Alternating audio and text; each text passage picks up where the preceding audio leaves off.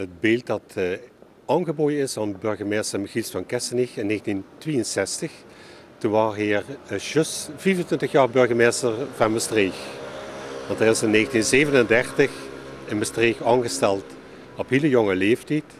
Dan moet ik wel erbij vertellen dat er een aantal jaren in de oorlog geen burgemeester is geweest. Maar die hebben ze voor het gemaakt maar niet metgeteld.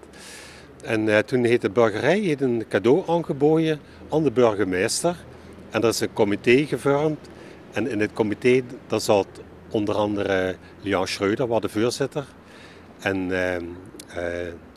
Piet de Jong van de Jong Bergers was een medelid. En mijn pa was ook lid van dat comité.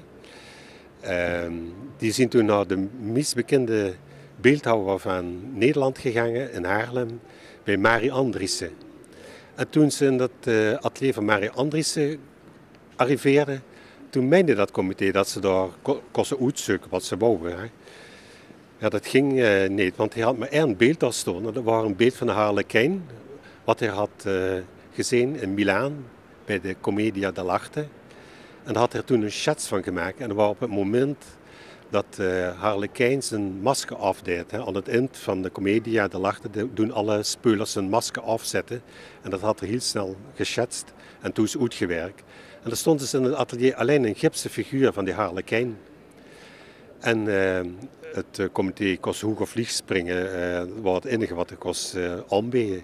En het moest allemaal snel, want ze hadden nog maar 2 of 3 maanden tijd. En dan was het zo dat het feest begon voor hun burgemeester van Mestreechter. En toen hebben ze dat beeld bij de onthulling op deze plek neergezet. Maar dat was nog niet dit beeld. Het was een heel ander, heel gipsen beeld. We hebben nog foto's van. Op de foto's staan ik trouwens zelf helemaal links nog een beeld met de korte broek. Hè, want ik ging met papa met het beeld van de Mestreechter Geis onthullen. Alleen het was nog een beetje lastig, want de kind eigenlijk geen Harlekijn aanbieden aan de burgemeester. Hè. Dat was eigenlijk een bijkomend probleem. Toen heeft Piet de Jong voorgesteld, dan kon we het anders nemen dan bijvoorbeeld nemen de Mestreechter Geis. De Mestreechter Geis is eigenlijk een figuur dat voorkomt in de operette van Lou Maas, Vrouw Luna. In het Mestreechter zetten dat dan 3 Mestreechtenaren naar de maan. En daar kunnen we een schoen melodie in voor. Het is eigenlijk de vertaling van Berliner Luft. En Lou Maas heeft daar in plaats van Berliner Luft Mestreechter Geis van gemaakt. En zo is het eigenlijk beginnen te leven in Mestreechter, de Mestreechter Geis, de volksaard van de lui, een beetje Bourgondisch, maar dan Mestreechts.